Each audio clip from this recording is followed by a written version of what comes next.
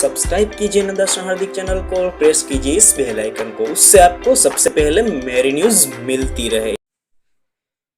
नमस्कार दोस्तों। तो आज हम यहाँ पे बात करने वाले हैं यहाँ पे यूपीएस के बारे में। यूपीएस यहाँ पे काफ़ी सारे टॉपिक्स हमने देखे। जैसे कि यूपीएस के बात करूँ तो सबसे पहले हमने यूपीएस की जानकारी ली थी, यूपीएस का पार्ट्स के बारे में देखा, यूपीएस के ब्लॉक डायग्राम के बारे में देखा, इसका सर्किट डायग्राम देखा, काफ़ी सारी डिटेल्स देख ली। लेकिन आज हम यहाँ पे बात करने वाले हैं, हम यहाँ पे यूपीएस के मेन पॉइंट यानी कि यूपीएस का यहाँ पे मेंटेनेंस के बारे में हम आज बात करने वाले हैं। यूपीएस के मेंटेनेंस के बारे में आज जानकारी लेंगे। दोस्तों ज़्यादातर क्या होता है कि कोई भी इक्विपमेंट है, कोई भी इलेक्ट्रॉनिक इक्विपमेंट या कोई भी चीज़ ले लो, उसका जब तक मेंटेनेंस सही तरीके से नहीं होता है तब तक उसकी लाइफ होती है इक्विपमेंट की, वो यहाँ पे कम हो जाती है। तो यहाँ पे मेन पार्ट रहता है, कोई भी इक्विपमेंट आपने परचेस किया लेकिन उसका रख रखाव यानी कि उसकी देखभाल आप अच्छी तरीके से करोगे तो वो इक्विपमेंट मान लो कि 5 साल चलने वाला होता है। जो इक्विपमेंट की मैक्सिमम कंपनी लाइफ देती है 5 साल, तो मान लो कि वो इक्विपमेंट की लाइफ अच्छी तरीके से रख रखाव करोगे तो प्रॉपर 5 साल या उससे अधिक अधिक चलेगा। तो मान लो कि मैं मतलब क्राइटेरिया दे रहा हूँ कि कोई भी इक्विपमेंट होता है उसकी मेंटेनेंस अच्छे तरीके से हम करते हैं, उसकी देखभाल अच्छी तरीके से हम करते हैं तो उसकी लाइफ होती है वो यहाँ पे बढ़ जाती है। तो दोस्तों आज हम यहाँ पे बात करने वाले हैं यूपीएस के मेंटेनेंस के बारे में। तो यहाँ पे हम टॉपिक लेंगे, स्टार्ट करने वाले हैं आज यूपीएस का मेंटेनेंस। तो सबसे पहले हम स्टार्ट करते हैं यूपीएस के मेंटेनेंस के बारे में। तो यहाँ पे मैं आपको बताना चाहता हूँ यूपीएस के मेंटेनेंस में यहाँ पे दो टाइप्स होते हैं, टू टाइप्स यहाँ पे यूपीएस के मेंटेनेंस के बारे में बताऊँ। तो यहाँ पे सबसे पहले यहाँ पे है प्रिवेंटिव मेंटेनेंस। प्रिवेंटिव मेंटेनेंस, अब प्रिवेंटिव मेंटेनेंस है, और सेकंड यहाँ पे है हमारा यहाँ पे करेक्टिव करेक्टिव मेंटेनेंस। अब दोस्तों यहाँ पे आपको लगता होगा कि प्रिवेंटिव मेंटेनेंस और करेक्टिव मेंटेनेंस दो पार्ट्स क्यों है। तो यहाँ पे मैं आपको बताना चाहता हूँ कि यहाँ पे जो प्रिवेंटिव मेंटेनेंस है यानी कि एक बात यहाँ पे शॉर्ट में लिख देता हूँ, प्रिवेंटिव मेंटेनेंस। प्रिवेंटिव मेंटेनेंस यानी कि कोई भी चीज़ बिगड़ जाए उससे पहले उसके बारे में थोड़ी सी अंदाजा लगा के उसका मेंटेनेंस करना, या फिर अमुक यानी कि थोड़े थोड़े अंतराल पे, थोड़े से मान लो कि एक हफ्ता हो गया, हर हफ्ते पे यानी कि हर हफ्ते पे या वीकली या तो मंथली या तो क्वार्टरली उसका मेंटेनेंस कंटिन्यूअस करना, उसको प्रिवेंटिव मेंटेनेंस बोलते हैं। अब करेक्टिव मेंटेनेंस की बात करूँ तो यहाँ पे कोई भी इक्विपमेंट में फॉल्ट आ गया, एक कोई फॉल्ट आ गया, इक्विपमेंट चल नहीं रहा है और उसको यहाँ पे रिपेयर करके चालू करना, वापस री एनर्जाइज करना, उसको यहाँ पे करेक्टिव मेंटेनेंस बोलते हैं। तो ये मेन दो पार्ट हो गए। अब इसके बारे में मैं आगे इसी वीडियो के अंदर आगे डिटेल्स में जानकारी देता हूँ तो आपको ज़्यादा जानकारी आएगी प्रिवेंटिव मेंटेनेंस करेक्टिव मेंटेनेंस क्या है। तो सबसे पहले हम यहाँ पे बात करते हैं प्रिवेंटिव मेंटेनेंस के बारे में। तो यहाँ पे लेता हूँ प्रिवेंटिव मेंटेनेंस। अब प्रिवेंटिव मेंटेनेंस के बारे में बात करूँ यहाँ पे, तो प्रिवेंटिव मेंटेनेंस एक इस तरह का मेंटेनेंस है जिसके अंदर हमें एक सीट यानी कि यहाँ पे एक लॉग सीट बना सकते हैं या फिर कोई रिकॉर्ड बना सकते हैं जिसके थ्रू हमें यहाँ पे जानकारी इसको बेहतर मेंटेनेंस करने में फ़ायदा करती है। तो यहाँ पे प्रिवेंटिव मेंटेनेंस की बात करूँ तो मान लो कि हमारे पास यूपीएस है, तो यूपीएस के अंदर हमारे पास बैटरी रहती है। तो बैटरी उसके अंदर काफ़ी सारे मेंटेनेंस करने पड़ते हैं। मैं एक बैटरी का प्रॉपर एक सेपरेट वीडियो बनाऊंगा, सिर्फ बैटरी जैसे हमने यूपीएस के ऊपर बनाए वैसे ही बैटरी के ऊपर बनाऊंगा, बैटरी का मेंटेनेंस किस तरह से करते हैं वगैरह वगैरह, क्या क्या डिटेल्स है उसके बारे में डिटेल्स में जानकारी दूंगा। यहाँ पे आपको शॉर्ट में बता देता हूँ, यूपीएस का एक पार्ट है, उसके अंदर बैटरी है, इन्वर्टर है, रेक्टिफायर, वो तो पार्ट हो गए, वायर है, उसके प्लग होते हैं, यूपीएस का बॉडी होती है, तो उस सब का मेंटेनेंस करना होता है। तो क्या होता है दोस्तों, आपके घर के अंदर, आपका ये घर है उसके अंदर एक यूपीएस आपने लगाया है, ठीक है, वो यूपीएस काम कर रहा है। तो उस यूपीएस कोई भी कंपनी का, मान लो कि XYZ कंपनी का एक यूपीएस है आपके पास, तो उस कंपनी की तरफ से आपको एक सेफ्टी गाइडलाइन दी जाती है कि इसका इस तरह से वर्किंग है, यह है वगैरह। बुक्स वगैरह काफ़ी सारे पैम्पलेट वगैरह आते हैं जिसके अंदर लिखा होता है कि उसके मेंटेनेंस किस तरह से करना, उसका वर्किंग क्या है, उसकी कैपेसिटी क्या है, वो सब हो जाता है रिकॉर्ड। वो रिकॉर्ड में आता है सब कुछ। ठीक है दोस्तों। तो जो यूपीएस के प्रिवेंटिव मेंटेनेंस है उसके अंदर वहाँ पे हम वीकली, मान लो कि वीकली हम उसका मेंटेनेंस कर सकते हैं। उसके वायर चेक कर सकते हैं, उसकी केबलिंग वगैरह, उसकी बॉडी वगैरह की बॉडी में कोई कोरोजन तो नहीं हुआ है, उसके प्लग वगैरह, प्लग कोई लूज़ नहीं हो गया है, उसके में यूपीएस की जो बैटरी है उसकी परसेंटेज वगैरह, उसकी चार्जिंग प्रॉपरली हो रही है कि नहीं हो रही है, बैटरी के अंदर जो इंडिकेशन है पावर है, बैटरी के अंदर जो पावर पानी रहता है वो पानी वगैरह, यूपीएस का जो कैपेसिटी है वो कैपेसिटी वगैरह। तो कैपेसिटी डिपेंड बैटरी के ऊपर ही रहती है, तो वो वगैरह हम चेक कर सकते हो। तो वीकली है, फिर मान लो कि मंथली है, फिर हाफ ईयरली है, फिर ईयरली है। काफ़ी सारे मतलब हम यहाँ पे पॉइंट बना सकते हैं। मान लो कि वीकली के अंदर क्या चेक करना है, आप खुद रिकमेंड, मतलब कंपनी भी, जिस कंपनी से आपने लिया है वो भी रिकमेंडेड करती है कि वीकली के अंदर ये चेक करना रहता है, मंथली के अंदर ये चेक करना रहता है, ईयरली के अंदर हम ये मेंटेनेंस करते हैं। तो काफ़ी सारे पार्ट्स रहते हैं। ठीक है दोस्तों। तो वो एक प्रिवेंटिव मेंटेनेंस का पार्ट हो गया। जैसे कि प्रिवेंटिव मेंटेनेंस के अंदर बात करूँ तो बैटरी की लाइफ टाइम है वो किस तरह से चेक करते हैं, ईयरली चेक करते हैं, हाफ ईयरली चेक करते हैं, काफ़ी सारे होते हैं। तो हो गया यहाँ पे प्रिवेंटिव मेंटेनेंस। अब बात करूँ यहाँ पे तो रिकॉर्ड के बारे में। तो दोस्तों यहाँ पे हमें बात करता हूँ रिकॉर्ड।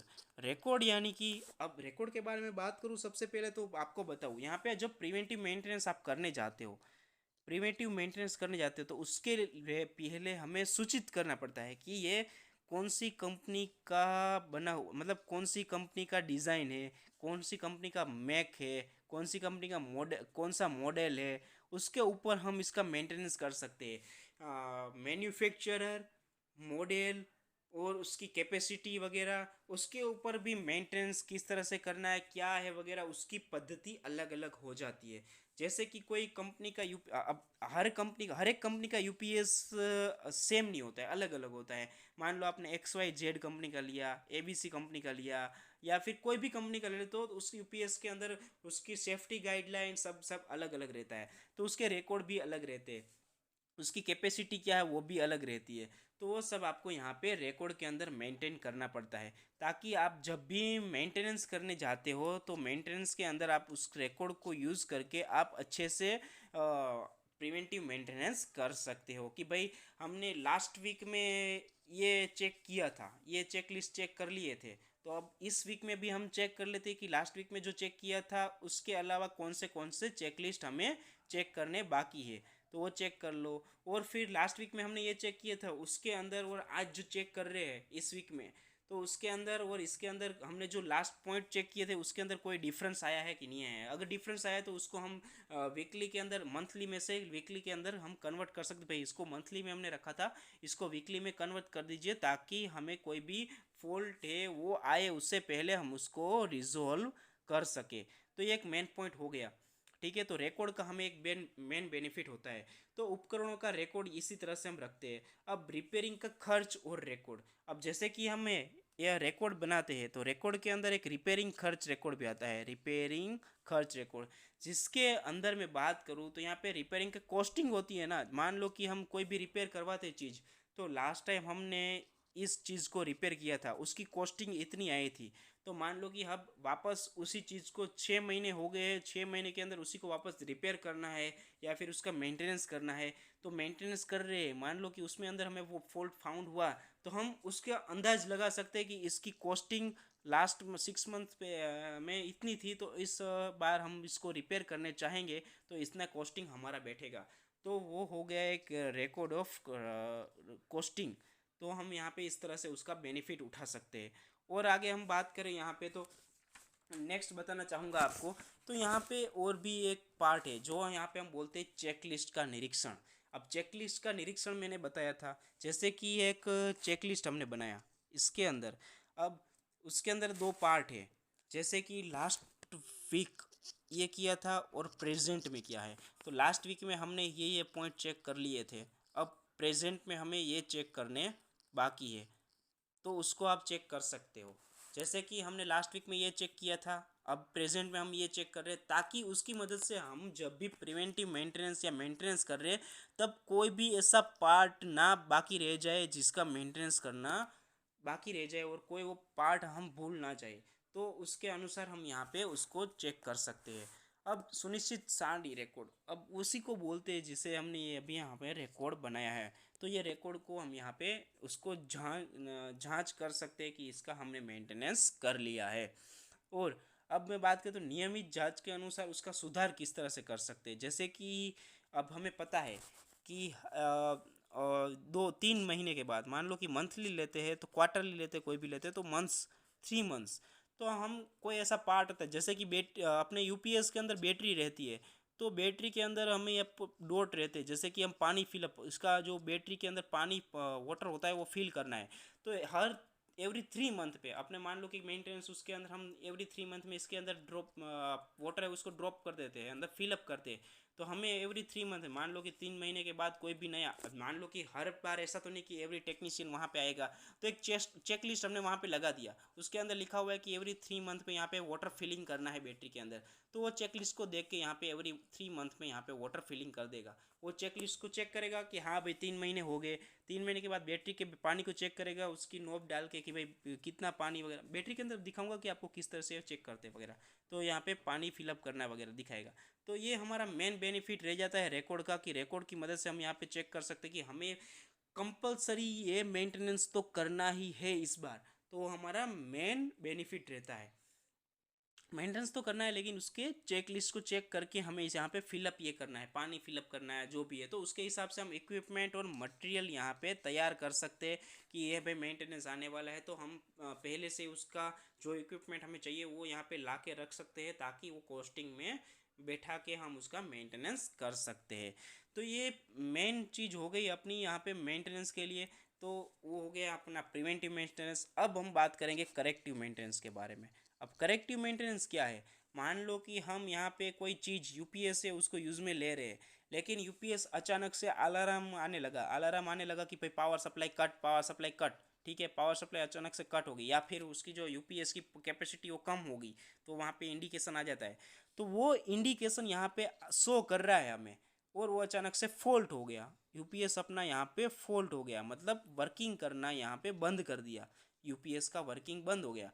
तो क्या कर सकते हैं यहाँ पे, अपना जो फॉल्ट है, करेक्टिव मेंटेनेंस का मतलब यही होता है कि यहाँ पे जो फॉल्ट आया है उस फॉल्ट को यहाँ पे सोल्व करके यहाँ पे उसको वापस री एनर्जाइज या रिकनेक्ट हम इसको कर देते हैं। तो वो हो गया अपना करेक्टिव मेंटेनेंस, यानी कि हमने फॉल्ट को करेक्ट करके वापस उसको चालू कर दिया यहाँ पे। तो अपना वो हो गया यहाँ पे करेक्टिव मेंटेनेंस।